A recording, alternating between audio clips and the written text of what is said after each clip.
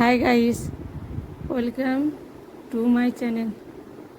আজকে আমি বাঙালি টাইপের চিকেন রান্না করব। প্রথমে আমি কড়াই চাপিয়ে দিয়েছি। কড়াইতে আমি তেলও দিয়ে দিয়েছি গরম করার জন্য। তারপর একটা প্লেটে আমি সব কিছু মশলা নিয়ে নিয়েছি। মশলার মধ্যে আছে শুকনো লঙ্কা আছে, তেজপাতা আছে, গরম মশলা আছে আর জিরে আছে। এটা আমি একটা একটা করে ছাড়বো তেল গরম হলে। প্রথমে আমি লঙ্কা ছাড়লাম, তারপরে আমি তেজপাতা ছাড়লাম, তারপরে আমি গরম মশলা দিলাম, তারপরে আমি হালকা একটু জিরে দিয়ে দিব।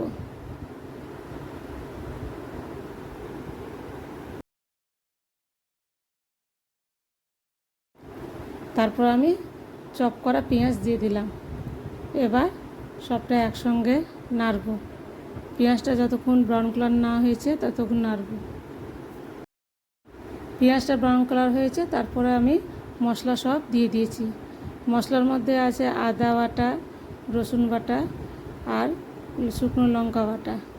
আমি লঙ্কা গুঁড়ো ইউজ করিনি, শুকনো লঙ্কা ইউজ করেছি। আর জিরে বাটা আর ধনে বাটা আছে, সব এগুলো কাঁচাই আছে। দিয়ে এখন মশলাটা আমি নাড়তে থাকবো। নাড়তে নাড়তে যখন মশলাটা লাল হয়ে যাবে, তেলটা উপরে ভেসে আসবে, তখন আমি মাংস ছাড়বো। মাংস ছেড়ে দিলাম। এরপর মাংসটা আমি নাড়ব ভালো করে।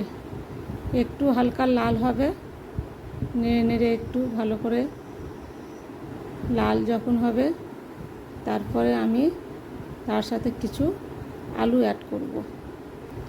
আলুটা আমি ধুয়ে রেখেছি, এখন আমি আলুটা অ্যাড করলাম। আলুটা সম্ভবত আমি দিয়েছি আমার হাজব্যান্ডের জন্য। আলু আমার সেরকম পছন্দ না, যেহেতু ওই খায় তাই আমি আলুটা দিয়েছি ওর পছন্দের জন্য। এরপর দুটো একসাথে আমি কষবো ভালো করে একটু লাল যখন হয়ে আসবে, তখন তার সাথে চপ করা কিছু টমেটো আছে আর কাঁচা লঙ্কা আছে, সেটা আমি তার মধ্যে দিয়ে দেব।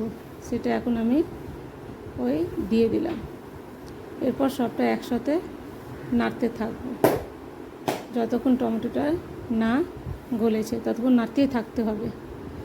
পুরোটা যখন ভালো করে কষানো হয়ে যাবে, টমেটোটাও গলে যাবে,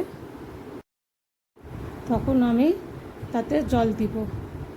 এই মশলাটা সেরকম লাল হয়ে গেছে, টমেটোটাও গলে গেছে। এখন এর সাথে আমি জল অ্যাড করব। জল ছেড়ে দিলাম। এবার কিছুক্ষণ রাখবো, তারপরে কমপ্লিট হয়ে যাবে। সো গাইস, ফাইনালি আমার রেসিপি কমপ্লিট হয়ে গেছে। সেটা আমি একটা বাটিতে ঢেলেছি। দেখতেই পাচ্ছেন কালারটা কি সুন্দর এসেছে। যদি আপনাদের ভিডিওটা ভালো লাগবে, অবশ্যই বাড়িতে একবার